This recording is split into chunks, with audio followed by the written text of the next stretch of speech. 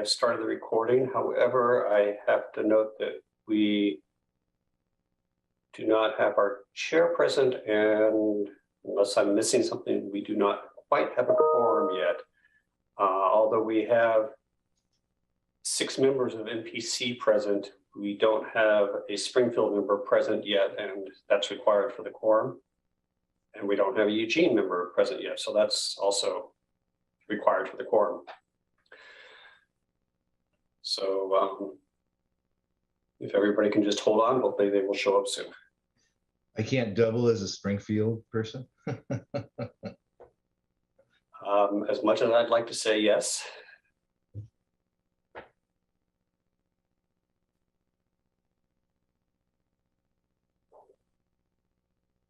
Welcome, Councilor Groves. Thank you. Sorry, my first attempt failed to be able to sign in. That's okay. And Chair, if I may, I was just noting right before you joined that we don't quite have a quorum yet, although we have sufficient numbers. We don't have a Springfield member, but my understanding is Councilor Moe should be joining us momentarily. Yes, and Mayor Venice, I just sent her a link. She wasn't, she couldn't find a link for this. Okay, she should have received her own panelist individual invitation, but I'm going to double check.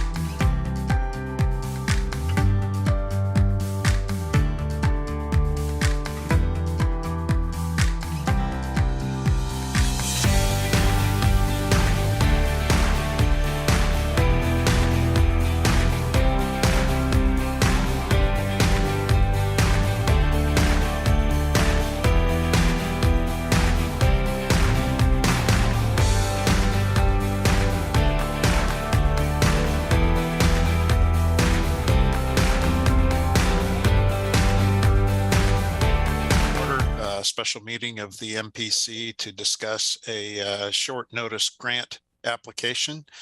Are there issues from the board to come before the group?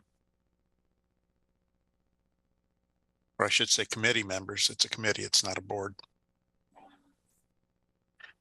Commissioner Buck. Thank you, Chair. Is this a time to bring up a particular issue on the agenda item in front of us? Should we wait for a quorum? I think it's okay to start discussing issues while we're waiting for the full quorum. Actually, we have a quorum now. Councilor Moe is I see him in the group.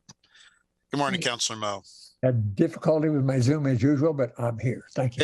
Hey, a number of us did. You're not alone, sir. So Commissioner Buck, please proceed. Great.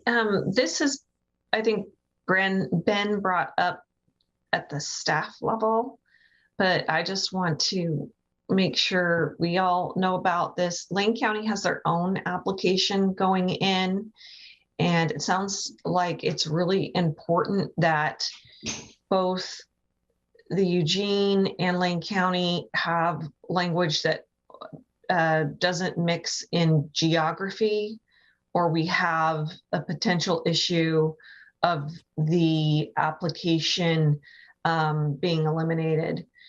So they have to just make sure that the Eugene application doesn't reference Lane County and Lane County doesn't reference Eugene in it, ensuring that the geography is separate. Otherwise, I don't think the county has any issue supporting the Eugene application. Rob, are you able to speak to that? I mean, to be honest, like I'm not even aware. I didn't know that Lane County was putting an application forward. So, I mean, we don't. I can coordinate with Sasha on that after the meeting and just make sure that from a technical level that we're not creating any conflicts. I think that might be the best approach. I mean, obviously, we might, if we need to say what county we're in, we would say we're in Lane County, Oregon, but we otherwise could, minimize how much we reference Lane County, of course. Yeah, I Does think that seem like a reason? Yeah, that would be prudent. Okay. I think the geography just represents a particular issue, and we want both to move forward. Okay, great. Thank you, Commissioner Buck. Commissioner Burney. I just want to because of Rob's response not being aware of that, I want to underline what Commissioner Buck said. We both received communication from Sasha that identified how critical it was to coordinate, so both applications were crystal clear in ways that were required so they both could be considered. So Rob, I'm not saying anything new that Commissioner Buck didn't say, but I'm underscoring it in order to be able to support and vote for this. Thank you. Thank you, Commissioner Burney. And I agree. I think it's important that we coordinate on these things. The left hand needs to know what the right hand's doing. Mayor Venice. Yeah, thank you. I appreciate that too. I'm just curious, what is the application to the county? What is the county's application for? Just for information. Hey, Heather, I appreciate it because I couldn't pull up Sasha's email. I'm sorry. I am searching for that. I just got this message yesterday. We had a board meeting all day. So let me see if I can dig that up while we're on. Mayor, I will too, but while we're doing that. While they're looking that up, does anyone have other information share or issues to come before this special meeting of the MPC? Let's see. Am I on? Okay, there I am. Councilor Moe. I had read that letter, and I had one sentence. If it's proper time to bring it up or not, I don't know, but I will. And one sentence in the letter made me curious. River Road is a deadly road to drive on with the risk of being involved in a collision and/or fatality as high as 90%. I don't know what that means, but it seems like if you go down there, you almost could die. We have a revised letter. I think that we just need, that was a mistake that we've since. Nope, you're good. Thank you. Has that revised letter been shared with MPC, Paul?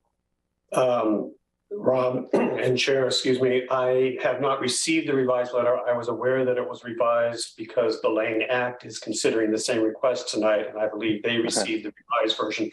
I did not receive it formally, but I will make sure that the revised version is what is signed by Councilor Groves if MPC approves the letter. That's a good point, Okay. Councilor Moe. I've been down that road hundreds of times, including in emergency vehicles responding, and I'm not dead yet. But it is a dangerous road. Yes, and you're a very lucky man. See if that luck holds a little longer. Any other comments? Oh, I'm sorry, Paul. No, Chair, I'll just note that in the chat, Sasha indicated she would respond to the content of the Lane County application if you want her to. Great. Thank goodness. It's actually Becky, but we can't hear you, Becky. Becky, yes, you're. Can you hear me now? Yes. Great. Thank you.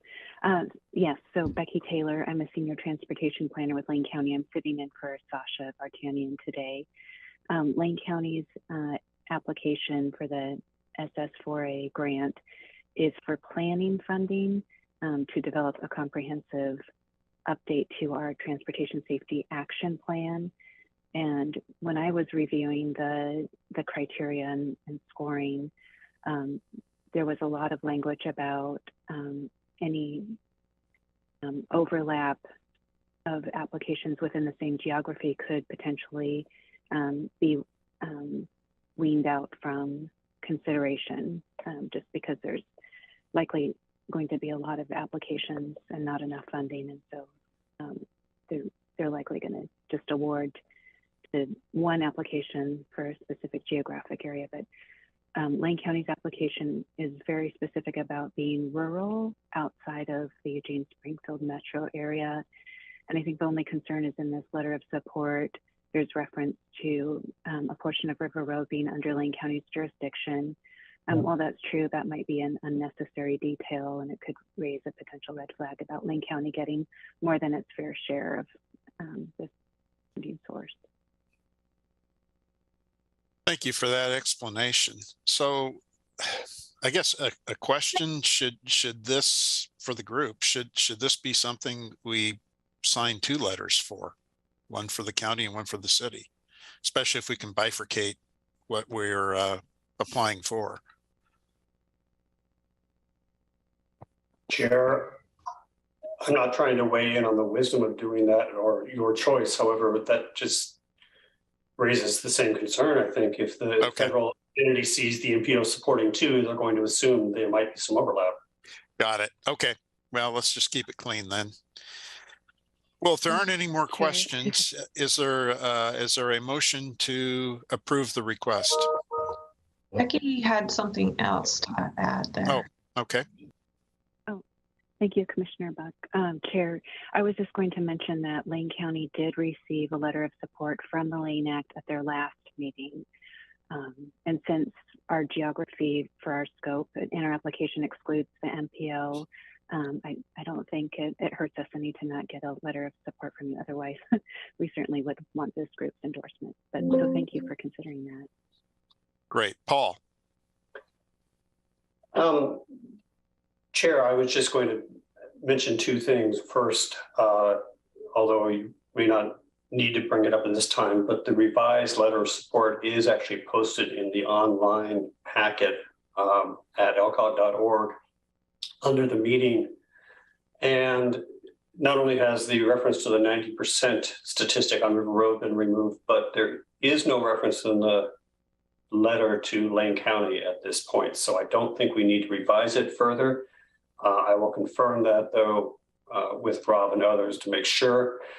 And then the other thing I want to mention is, if I can, before you ask for a motion, I believe that Rob and or Trish have a short presentation from the City of Eugene staff.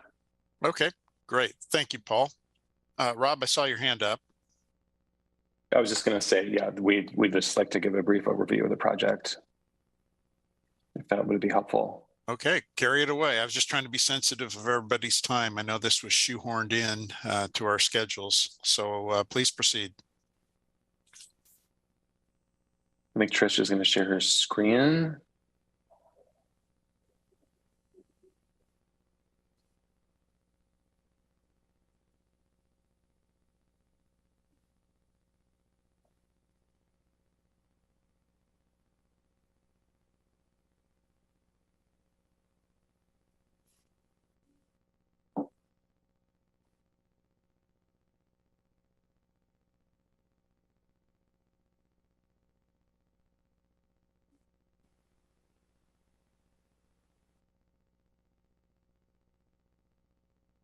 Are you guys able to see my screen? Yes. Perfect. Well, good morning, everyone. Once again, thank you for being here today. So as you all know, the City of Eugene is also applying for the Safe Streets and Roads for All grant, which is the SS4A funding from the federal government. The funding available as of fiscal year 2022 lies between $1 billion a year, which will be spread out. Well, it's actually $5 billion, which will be spread out as $1 billion each year for the next 5 years. Eligible entities for this grant are MPOs, political subdivisions of state, multi-jurisdictional group of entities, including tribal governments.